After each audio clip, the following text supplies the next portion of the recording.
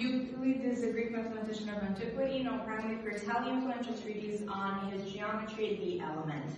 He founded a school in Alexandria during the reign of Ptolemy I. Little is known of his life, but there are many anecdotes. And the most famous, asked by Ptolemy, there is a shorter way to geometry than through its elements. Euclid replies, there is no royal road to geometry. The Elements is based on the works of earlier mathematicians, and it is a brilliant synthesis of old and new.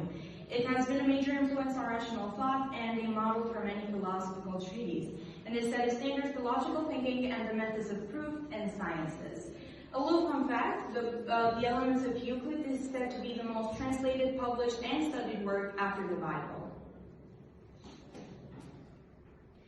I already mentioned that Euclid, in his book, The Elements, proved a lot of theorems of earlier mathematicians, but he also included two of his own theorems. Euclid's first theorem says, in a right angle triangle, the height from the vertex of the right angle is the proportional mean between the projections of the hypotenuse of the cathetus on the hypotenuse. I also included an example, so we can not only prove this theorem, but we can also understand it further. Euclid's second theorem says, in a right angle triangle, each cathetus is a proportional mean between the hypotenuse and its projection on the hypotenuse.